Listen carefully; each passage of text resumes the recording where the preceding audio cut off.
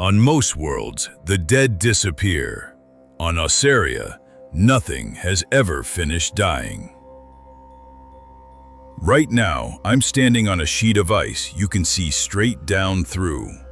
2 meters under my boots, there's an eye the size of a flight helmet. It's open. It's been open for 40,000 years.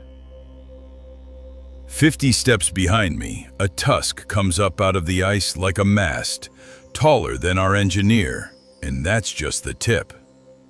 And a mile east of here, 112 people are hauling a shoulder blade the size of a door out of a pit, because that's what dinner looks like on this world. So what kills an entire living world in one go, and then keeps it? This is what we found on OSSARIA Prime, and we're still trying to understand it. I'll tell you now, everything on this world is buried, and every layer we went down was worse than the one above it. By the end, we were 9 layers deep, and I wish we'd stopped at 8. We came in low over a plain that our instruments called flat, and it wasn't. From the air, it looked like a honeycomb somebody had pressed into the ground.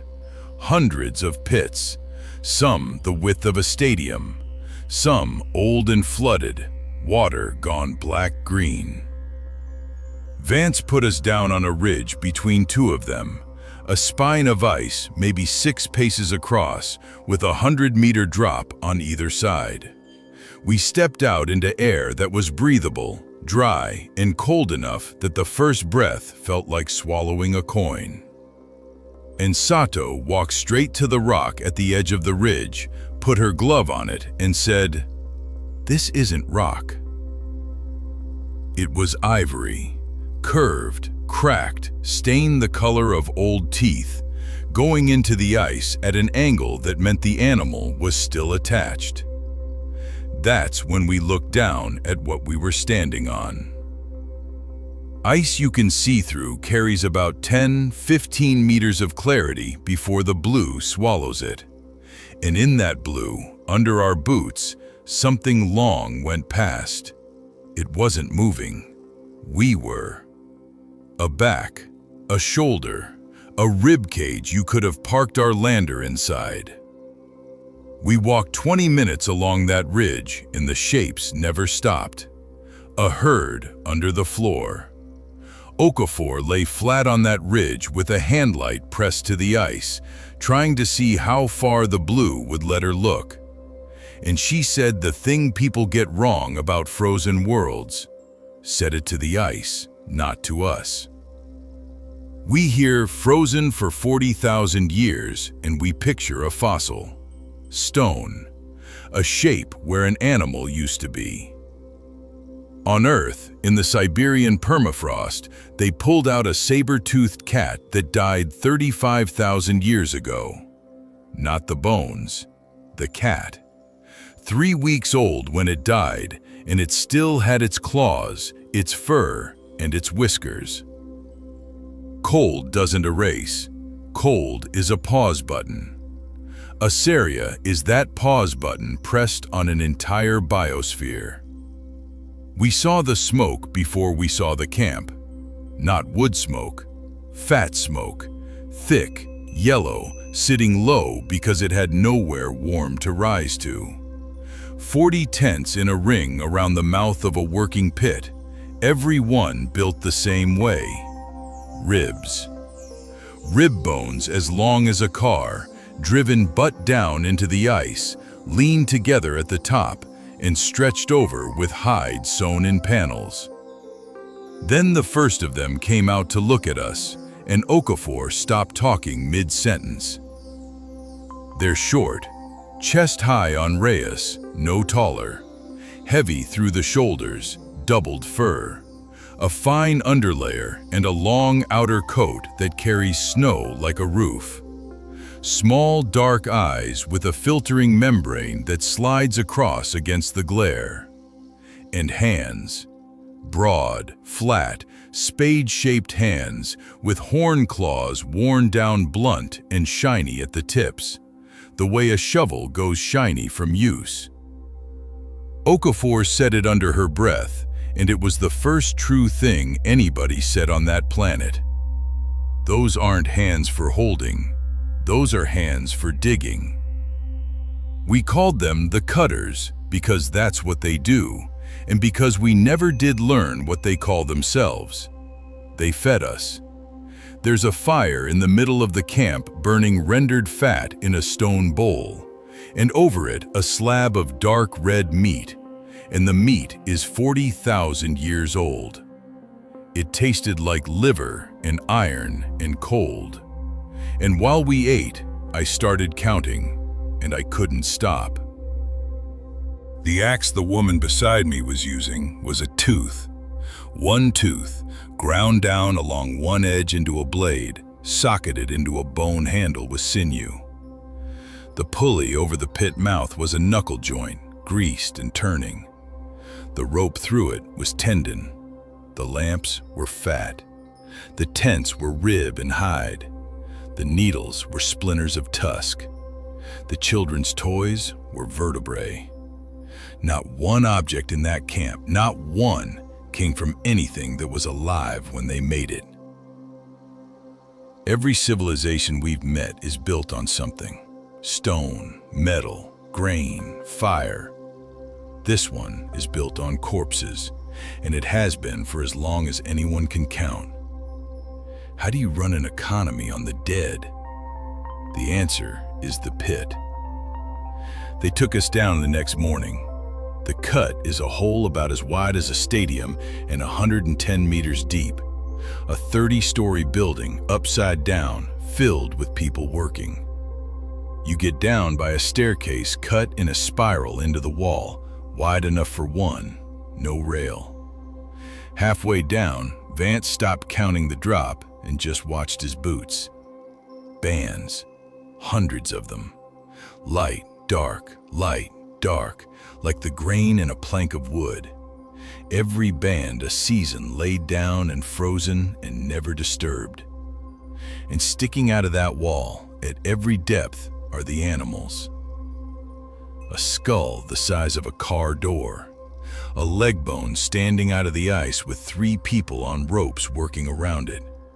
Half a torso, still furred, hanging out of the wall 30 meters up with the hair moving in the wind. They come out of the wall like carvings on the front of a cathedral, except nobody carved them. They just stopped there, and the world froze around them. And 4,000 generations later, somebody hung a rope off them. Nothing gets opened on OSSARIA without something else finding out. We were still on the spiral when the crews below started hammering blades against the ice. A hard, fast knock that carries. 6 animals had come over the lip of the pit and were working their way down the far ramp. Bear-sized, 4 legs, long muzzle, no outer ears, nothing sticking out that the cold can take. Coats the color of dirty butter, matted flat with grease. They had no interest in us. They went past a working crew close enough to touch and put their heads straight into the open cut where the morning's meat had come out.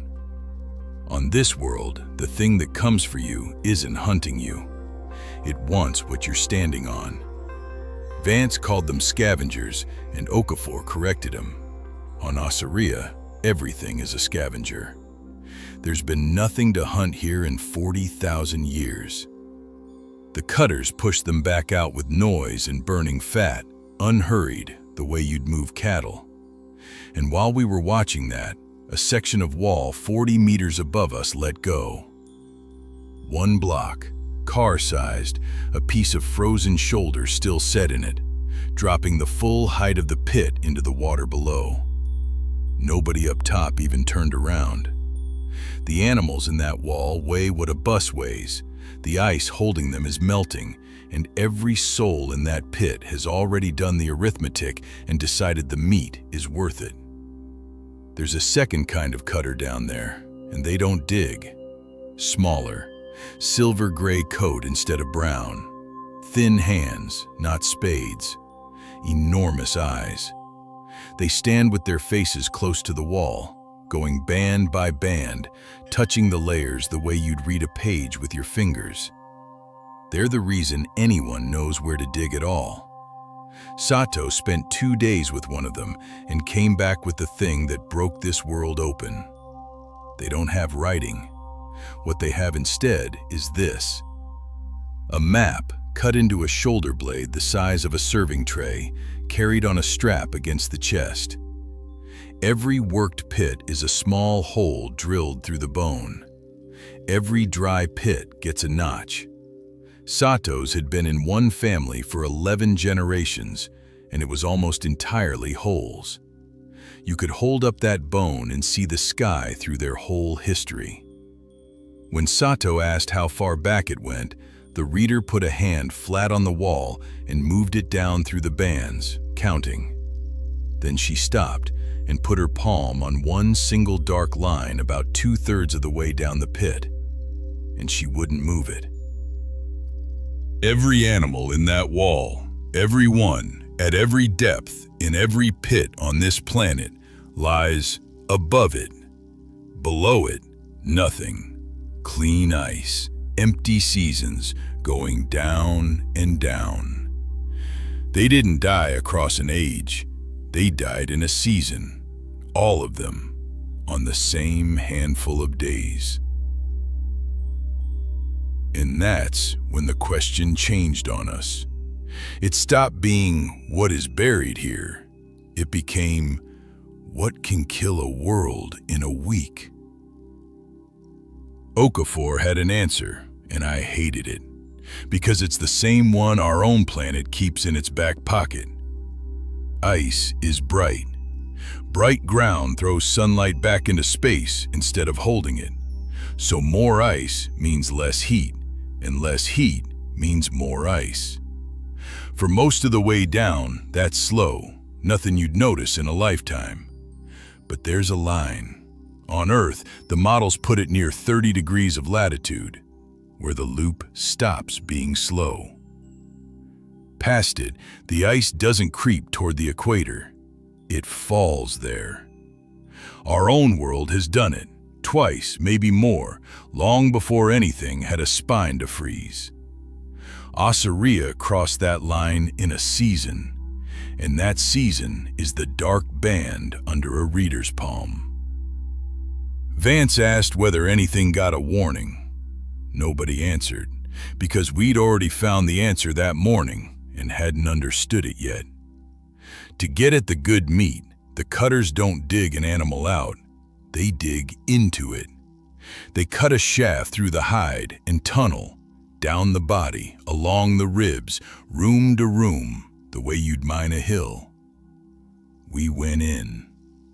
The walls are muscle, frozen, dark, banded red and white, cut smooth with tooth blades and shiny where 1,000 shoulders have rubbed past. The ceiling is ribs. It's warmer in there. Never warm, just less lethal. Warm enough that the air smells, and what it smells like is a butcher's shop and a wet dog and something underneath that's 100 centuries old. Their lamps hang off the bone. The light is orange and it doesn't reach far.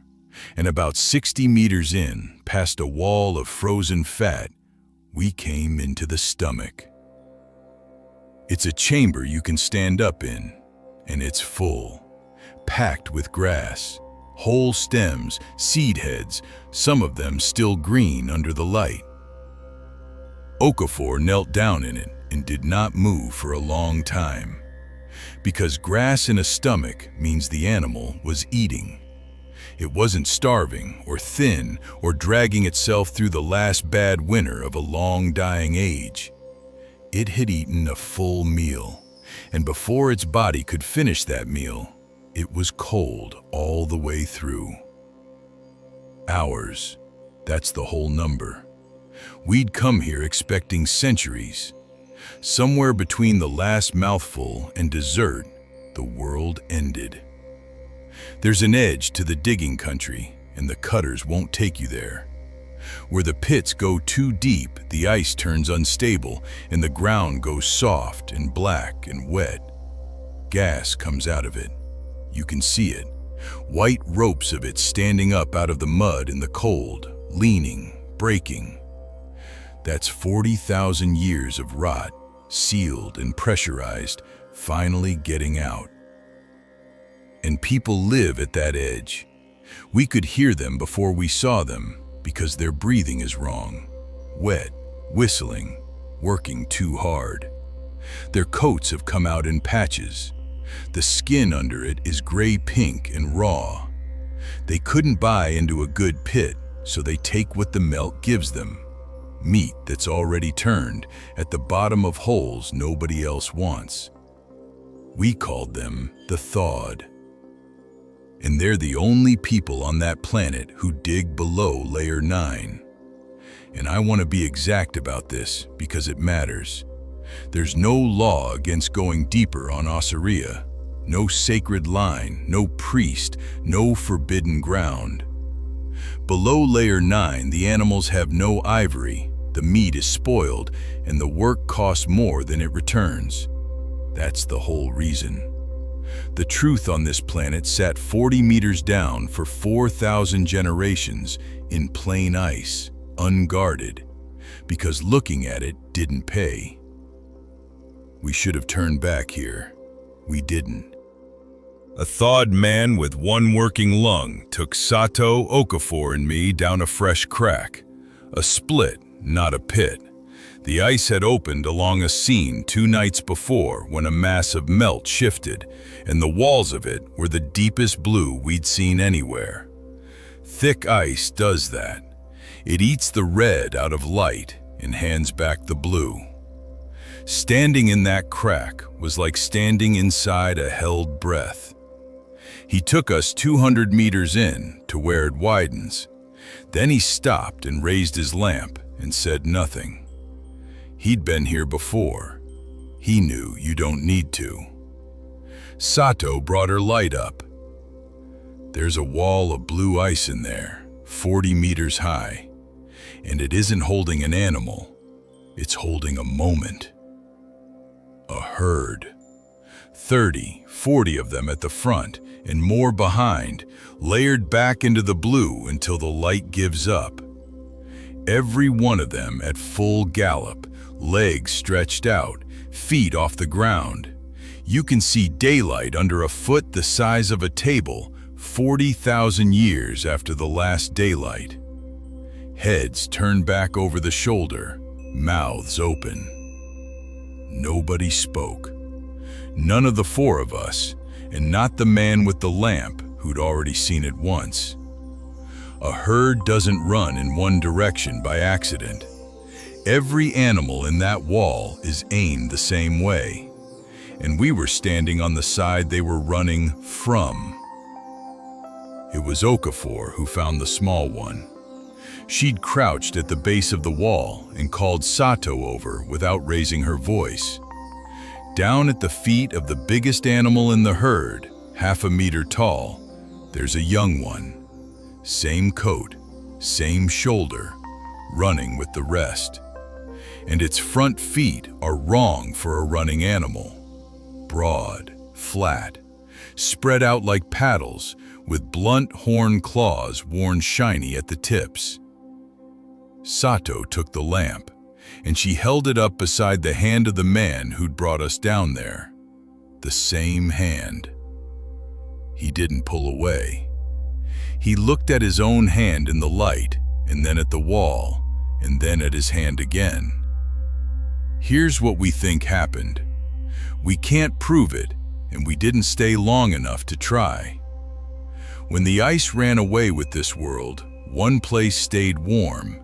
A seam, a crack, a vent, a strip of ground with heat coming up through it, small. And a few animals from a species that used to stand 4 times taller than a man went into that seam, and they didn't come out for 40,000 years. On Earth, we know what happens next, because it's happened everywhere we've got islands. Trap a big animal somewhere small with not enough to eat, and it doesn't die out. It shrinks. Sicily had elephants under a meter at the shoulder. A full-grown elephant you could look in the eye while sitting down. Flores had a people who came down to about 1 meter 5, brain and all. It isn't a curse, it's arithmetic. Small bodies live where big bodies starve. The seam was their island. They got smaller. They got slower to grow and longer to live. Their front feet turned into shovels because in a world that had swallowed everything, the only food left was underneath. And when the surface finally let them back out, they walked up onto the roof of the old world and started digging.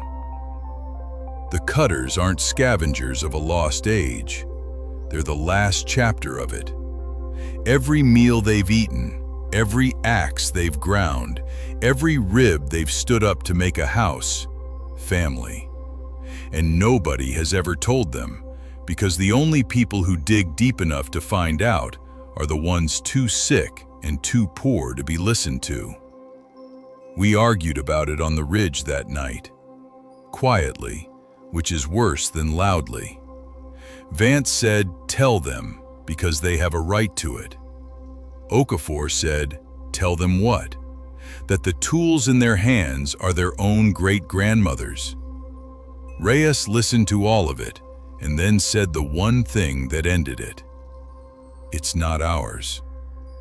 It was taken out of our hands anyway." The reader with the 11-generation map came up to the ridge the last morning. Sato had shown her. Of course Sato had. Sato is the one who touches things. She stood holding the shoulder blade against her chest, sky coming through the holes in it, looking out over 4 pits and 600 people getting ready for work. And she asked one question. She asked whether it changed what they'd be eating tonight. We didn't have an answer. We still don't. She nodded like that was the answer, and she went back down the spiral. There's one more thing in that crack, and I've left it till last. Behind the herd, deep in, on the side they were running from, the ice changes. Not a shape, not a carving. There's nothing in the ice there. The ice itself is different. A band running through the blue, dead straight, with an edge on it that ice does not make on its own. We have 6 of these now, from 6 worlds, carved into a temple wall on Orexis, cut clean through a titan's bone on Therion, burning on a machine that still transmits on Veltheros, on a dome on Aldrain, a lighthouse foundation on Nocthera, and the palm of a living god on Chimeris. Every one of those was made, carved, welded, built, or cut into a body. This one isn't made, it's printed. Something came close enough to this planet that the weather stopped around it, and the weather is what we're standing on. And the animals in that wall were running away from it fast enough that their feet never came down. We're not chasing it anymore, because for 9 worlds we've been arriving after the ruin, after the leaving, after the calling, after the wound. OSSARIA is on the road. We got here first. I keep thinking about that reader's question, and I've stopped being able to feel superior to it. On our own planet, right now, there's a $50 million a year business in pulling mammoths out of thawing ground. Men with fire hoses cut the permafrost apart with river water for a tusk that sells for $30,000 in a place where a month's wages is $400. And when they get the animal out, they take the ivory. The rest, the skin, the stomach, the last meal, the whole record of a world that ended, they leave in the mud and it rots and no one reads it. That's not a story about greed. It's a story about what pays. The OSSARI aren't primitive. They're us, with better teeth and worse luck. They're standing on the answer, and the answer has never been worth the dig. We left OSSARIA Prime behind, but it did not leave us. Somewhere ahead, another world is waiting, and the Aurelia is already moving toward it. The reader gave Sato a bone before we lifted. A blank one, not her own, from the other side of the planet, from country no crew has ever worked. She'd marked one thing on it, the place where the ice is deepest. It isn't at the poles, it's on the far side. And every reading we took on the way out says the bands there don't get thicker going down, they get thinner. Like something over there has been running the clock backwards. We were 4 hours out when Vance put a hand on the back of Reyes's chair, which he only does when he doesn't want it on record yet. We'd picked something up out ahead of us, same bearing, same line the herd was running from. 9 worlds, and every trace of this thing has been a mark left in stone or metal or skin. This one was moving. If you want to travel with us aboard the Aurelia, subscribe. A new world every week.